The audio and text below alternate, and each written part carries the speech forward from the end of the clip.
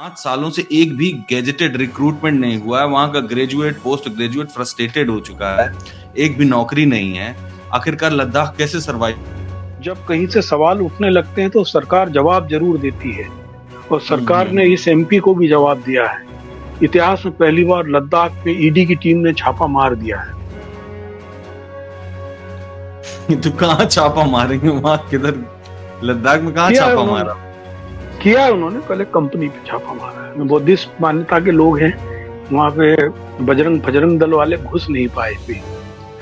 पर ये सांप्रदायिकता तो पूरे देश में फैलाने की कोशिश कर रहे हैं। ये पुलिस की मौजूदगी में आप हत्या करा देते हैं, उसके बाद में आपका न्यायिक आयोग कहता है कि there was no any conspiracy at all. फटीशर लड़के जिनके घर में खाने को नहीं है, वो 2-2 लाख रुपए का असला लिए घूम रहे हैं। आज तक आपकी जांच में ये सामने नहीं आया कि पिस्टल आई कहां से दिया। मैं आपको बोल रहा हूँ, this is a larger conspiracy. मैं फिर राहुल गांधी को याद करूंगा, ऐसे ही कॉन्स्टिट्यूशन बदला जाएगा। आप इस देश की कोर्ट पे लानत है, यानी 100 मकान एक लाइन में बने हैं, चूंकि सो कॉल्ड एक व्यक्ति ने कथित रूप से अपराध कर दिया और वो आदमी माइनॉरिटी का है, तो उसका मकान अवैध हो जाएगा। लेकिन उसके बगल में बजरंग दल, आरएसएस सबके यदि कोई मकान होंगे तो वो सब जायज रहेंगे। आप इंतजार करते हैं कि कोई आदमी क्राइम करे, उसके बाद हम उसकी प्रॉपर्टी को अवैध घोषित करें, उसको गिरा दें। उसी हिंदू मुस्लिम डायनेमिक्स के ही चारों ओर घूम रहा है, इसके अतिरिक्त तो कुछ नहीं। एक्चुअल क्या इनका मूल चरित्र वही है। 1925 से स्थापना से लेकर वो 2025 के 100 साल तक इनका चरित्र ही वही है। ऐसे कांग्रेस से आए लोगों को खड़ा कर दिया उन्होंने। उनका रोज काम है, सुबह से उठते हैं और राधिका खेड़ा पेड़ा जितनी हैं, उनका काम केवल राहुल गांधी को क्रिटिसाइज करना है। अरे भाई, आप अपना क्या कर रहे हो बताओ ना। कर तो रहे हैं, रेलवे दुर्घटना कर रहे हैं, उसमें कुछ नहीं बोल रहे हैं। वेस्टर्न घाट की ऐसी की तैसी कर दे रहे हैं, कुछ नहीं कर रहे हैं। मतलब चारों तरफ काम ही काम तो है आप। पर जितना एडवर्टीजमेंट जनसत्ता में आता है वो अनप्रेसिडेंटेड। 19 पेज के अखबार में 10 पेज फुल एडवर्टीजमेंट है। ये वो भी कंपनियों के, और वो केवल कंपनियों का वो होता है जिसके अंदर वो अपने खाते का खुलासा करते हैं। लगातार डिफोरेस्टेशन और पहाड़ों के साथ छेड़छाड़ के कारण ये जितने हमारे जल संग्रह के केंद्र हैं, उनके आसपास का जो इलाका है, जिसको कछार का इलाका कहते हैं, जो उसका विस्तार होता है, वो खत्म हो रहा है। बुंदेलखंड के तालाब ले लो, चाहे कर्नाटक में तालाब ले लो, एक बड़ा तालाब भरता था, उसके बाद छोटा भरता था, उसके बाद उससे छोटा भरता था, उसके बाद उससे छोटा भरता था, हर बूंद उड़ती थी। आप यकीन करेंगे लखनऊ में भी ऐसे ही तालाब हुआ करते थे। 7th 8th की एनसीईआरटी पढ़ेगा तो उसको पूरा वाटर साइकिल समझ में आ जाएगा और पूरी बात समझ लेगा कि असल में कैसे काम करता है। लेकिन आप देखिए कि ये अवेयरनेस ना के बराबर है, शून्य है बिल्कुल, और ना इस पर कोई बातचीत करना चाहता है। इवन इस कार्यक्रम के इस हिस्से को भी लोग बड़ी मुश्किल से देखेंगे, उन्हें लगेगा पता नहीं क्या बकवास चल रही है। सलाम, नमस्कार, मैं हूं कुणाल पाठक और आप देख रहे हैं द लखनऊ पोस्ट आज का अखबार। आज के अखबार में है मेरे साथ मेरे मेहमान पंकज चतुर्वेदी जी, indiaclimatechange.com के एडिटर और एनबीटी के पूर्व संपादक। पंकज जी, ये जो लद्दाख का मामला है, इसमें आज एक इंटरव्यू छपा था हिंदू में, जो वहां के इंडिपेंडेंट सांसद है मोहम्मद हनीफा। उन्होंने वो ये चाहते हैं कि जो लद्दाख का प्रशासन है वो लद्दाखियों के द्वारा ही किया जाए, और वो ये कह रहे हैं कि 5 सालों में जब से धारा 370 हटाई गई और लद्दाख को यूटी बना दिया, तब से वहां, चूंकि जब तक वो स्टेट के अंदर था तब तक पब्लिक सर्विस कमीशन काम कर रहा था, अब वहां पब्लिक सर्विस कमीशन नहीं है। कह रहे हैं कि 5 सालों से एक भी गेजेटेड रिक्रूटमेंट नहीं हुआ है। वहां का ग्रेजुएट, पोस्ट ग्रेजुएट फ्रस्ट्रेटेड हो चुका है। एक भी नौकरी नहीं है। आखिरकार लद्दाख कैसे सर्वाइव? एक क्लाइमेट फोर्स तो छोड़ ही दीजिए आप, जो वहां के 4 लाख पॉपुलेशन है वो कैसे सरवाइव करेगी? रोजगार है नहीं, सरकार ध्यान नहीं दे रही, पूरा 5 साल गुजर गया। मैं लास्ट ईयर लगभग इसी समय में लेह और लद्दाख में था। मैंने वहां पर बहुत सारे लोगों से पूछा था कि आप बताइए कि यूटी बनने पे आपको क्या असर हुआ, और उस पोजीशन में कि जब वहां के जो एलजी कर्नल साहब हैं वहीं पर थे। अच्छा। सब लोगों का, स्थानीय लोगों का, जिस टीम के साथ में काम कर रहा था, वो पूरी टीम जो मोस्ट प्रोबेबली सभी पीएचडी हैं। कोई बौद्धिस्ट स्टडी में है, कोई लद्दाखी लैंग्वेज को लेकर है, उनका ये कहना है कि उनके पास में आज की तारीख तक कोई लोग ही नहीं हैं, जो नौकरियां ही नहीं हैं, वो कहाँ नौकरी करने जाएं। और उनका ये कहना था कि अब हो गया कि एक राज्य का जैसे कि किताब की खरीदी है, तो कह रहे हैं कि एक राज्य का एजुकेशन डिपार्टमेंट था, अब उसके ऊपर एक केंद्र का सेक्रेटरी आके बैठ गया है, वो दिल्ली से चलाता है। तो हम इसी कन्फ्लिक्ट में फंसे हुए हैं हम्म।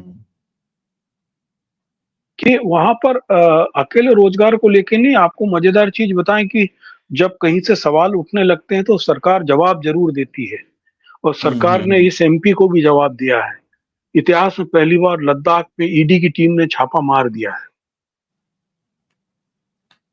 तो कहाँ छापा मारेंगे, वहां किधर, लद्दाख में कहाँ किया है छापा उन्होंने, मारा?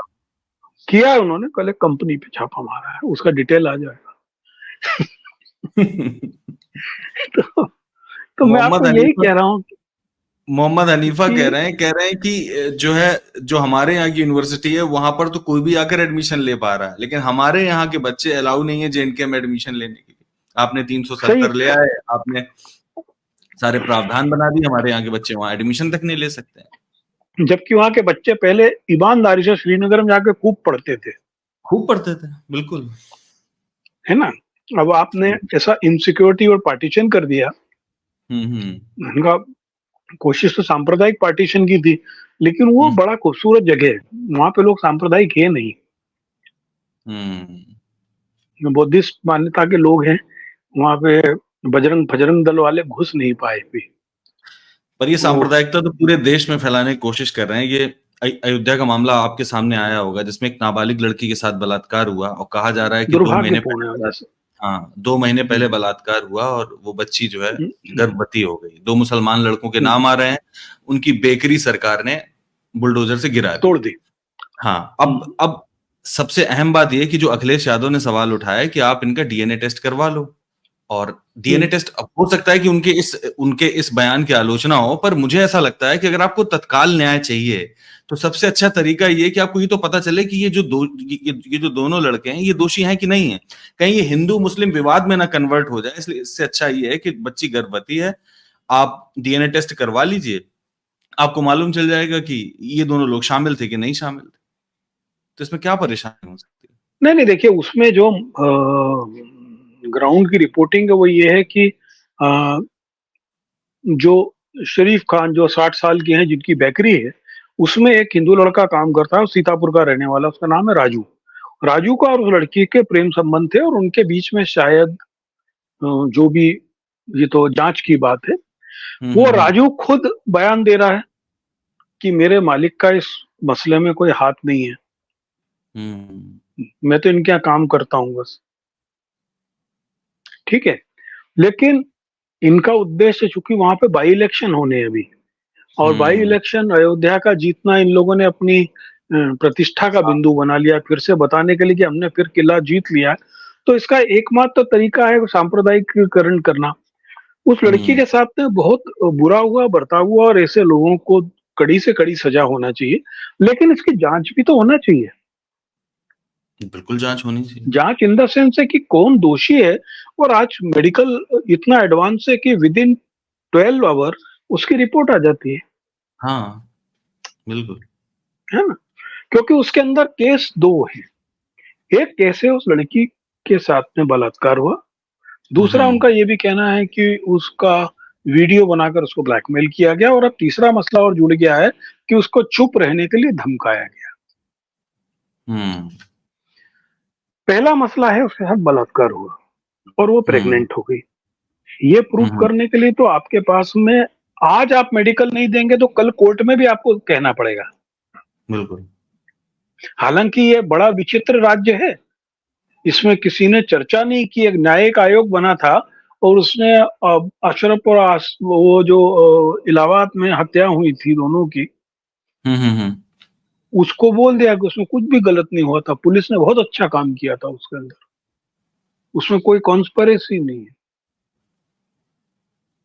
तो यहाँ पे डीएनए रिपोर्ट भी चेंज करा सकते हैं। हम्म।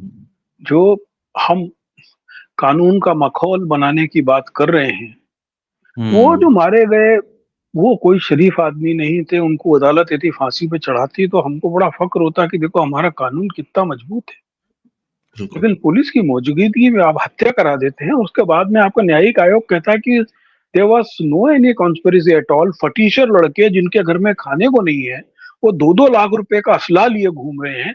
आज तक आपकी जांच में ये सामने नहीं आया कि पिस्टल आई कहां से। आपको कोई कॉन्स्पिरेसी नहीं दिख रही है उसमें? आपको उसमें कोई कॉन्स्पिरेसी नहीं दिख रही है ना। मोबाइल छीनने पे पैर में गोली मारने में जो विशेषज्ञ पुलिस है, हम्म। ठीक बिल्कुल पैर में गोली लगती है खटाक से, वो पुलिस वाले 16-18 पुलिस वाले वहां थे, उसमें से किसी ने ऐसी गोली नहीं चलाई कि वो असलाह चला रहे किसी आदमी के हाथ में लग जाती तो उसका असला ही गिर जाता। बिल्कुल। ना माने खोपड़िया में भाई, उसकी तारीफ कर रहा है जांच आयोग। आपराधिक कॉन्स्टिट्यूशन समाज बना ऐसे, दिया पंकज जी, आपराधिक समाज ही बना दिया है ये आपने। आपराधिक समाज नहीं बना दिया। मैं आपको बोल रहा हूँ this is a larger conspiracy. मैं फिर राहुल गांधी को याद करूंगा, ऐसे ही कॉन्स्टिट्यूशन बदला जाएगा। हम्म। हम तय कर देंगे कि ये दोषी है और हम उसके खिलाफ सजा उठ सुना देंगे। मजेदार चीज देखिए आप, इस देश की कोर्ट पे लानत है। यानी 100 मकान एक लाइन में बने हैं, क्योंकि सो कॉल्ड एक व्यक्ति ने कथित रूप से अपराध कर दिया और वो आदमी माइनॉरिटी का है, तो उसका मकान अवैध हो जाएगा। लेकिन उसके बगल में बजरंग दल, आरएसएस सबके यदि कोई मकान होंगे तो वो सब जायज रहेंगे। आप इंतजार करते हैं कि कोई आदमी क्राइम करे, उसके बाद हम उसकी प्रॉपर्टी को अवैध घोषित करें, उसको गिरा दें। और फिर वो आखिर है न्यायालय में भाई। साबित करता है, घूमेगा कि मेरी प्रॉपर्टी वैध थी। कोर्ट ये भी नहीं हाँ, पूछेगा कि बाकियों का क्यों नहीं बहुत सारे। गिराया आप। वो इलाहाबाद में जावेद पंप के मामले में हुआ बिल्कुल। है ना, सही लेकिन बात। उसको 2 साल 1.5 साल जेल में रख के तोड़ दिया इन्होंने। ये आप चाहे ये अभी हम लोगों ने जो डिस्कस किया था हेमंत विश्व शर्मा वाला हो, चाहे यूपी वाला ही जो आजीवन कारावास की सजा कर दी है इन्होंने, जो हम्म, ये धर्मांतरण वाला जो कानून था, और ये चाहे अयोध्या में जो कुछ हो रहा है, ये सारा कुछ ये मतलब घुमा फिरा के उसी हिंदू मुस्लिम डायनेमिक्स के ही चारों ओर घूम रहा है, इसके अतिरिक्त और कुछ नहीं है, एग्जैक्ट।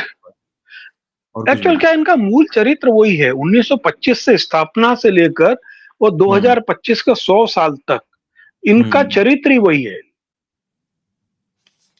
ये उसको नहीं बदल पा रहे ना। अलग अलग रूप बदलेंगे ये अपने, झंडा बदल लेंगे, नाम बदल लेंगे, गांधी को ले आएंगे, कहीं बोस को पकड़ लेंगे। अरे बोस ने तो तुम्हारे श्यामा प्रसाद का सिर फोड़ दिया था पब्लिकली।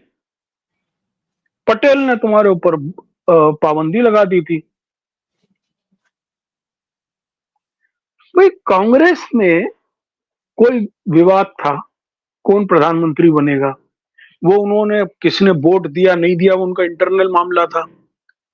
नेहरू प्राइम मिनिस्टर बने, वल्लभ भाई पटेल उनके साथ में मंत्री बने, और वल्लभ भाई पटेल को नेहरू ने खुला हाथ दिया तो उन्होंने रियासतों का विलय कर लिया।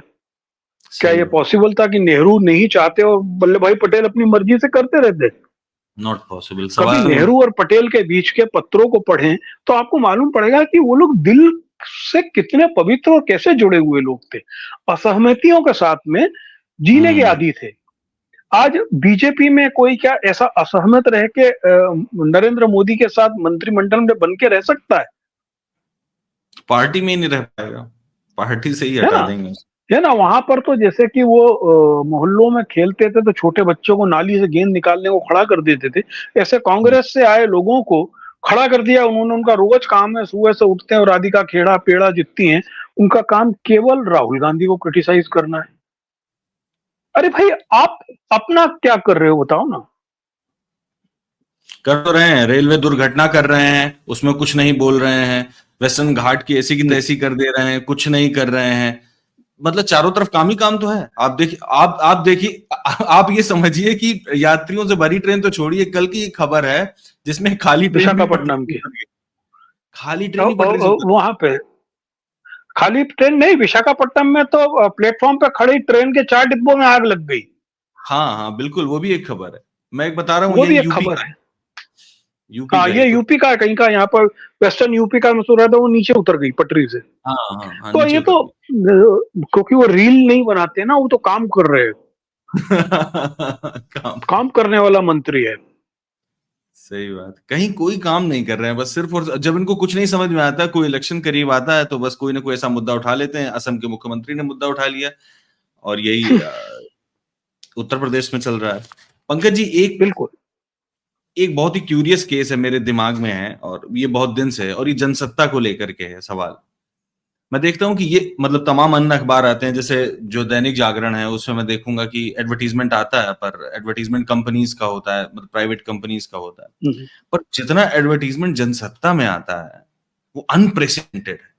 19 पेज के अखबार में 10 पेज फुल एडवर्टीजमेंट है। ये और वो कैसा भी अखबार? कंपनियों के, और वो केवल कंपनियों का वो होता है जिसके अंदर वो अपने खाते का खुलासा करते हैं। हाँ, पीएसयूज के हैं, बैंकों के, हाँ, पीएसयू के, वही इनके हैं वही जो है, एडवर्टीजमेंट। केवल केवल जो खाते का खुलासा करते हैं ना, एनुअल उनको करना होता है। हाँ हाँ हाँ हाँ हाँ। वही है। एक्चुअल क्या होता है कि ये जिस तरीके का ये खाते का खुलासा और ये सब काम करने होते हैं ना, आमतौर पर कम लोकप्रिय अखबारों को कराया जाता है, जिससे बहुत सारे लोगों की निगाह में ना जाए, एक चीज।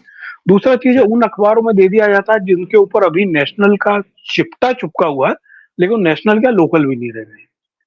तीसरा चीज ये है कि गोयनका की ही बहुत सारी कंपनियां हैं जिनको ये हम्म सब करना होता है। ठीक है ना। जनसत्ता हम्म, मुझे लगता है शायद 5,000 कॉपी छप रहा होगा। बस। जनसत्ता, हाँ, और कैसे है, थोड़ी ना है। अब आप सोच लीजिए कि साहिबाबाद डिपो में, जो अखबार का डिपो है, हम्म साहिबाबाद डिपो का मतलब है कि जहां पर वो 3 लाख आबादी को कैटर करता है अखबार, वहां पर हम्म शून्य जनसत्ता आता है। आखिरी व्यक्ति मैं था जो मैं लेता था।